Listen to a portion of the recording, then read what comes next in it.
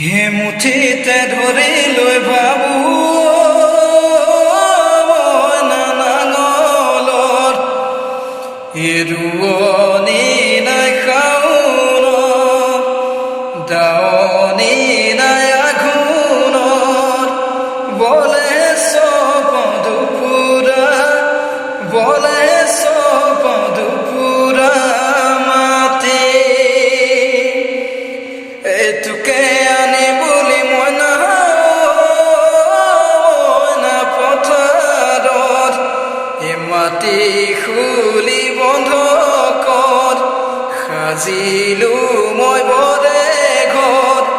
মচিবিৰে ওখকৈ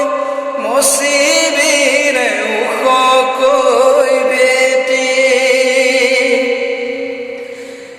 মাটি চাকি খলিতা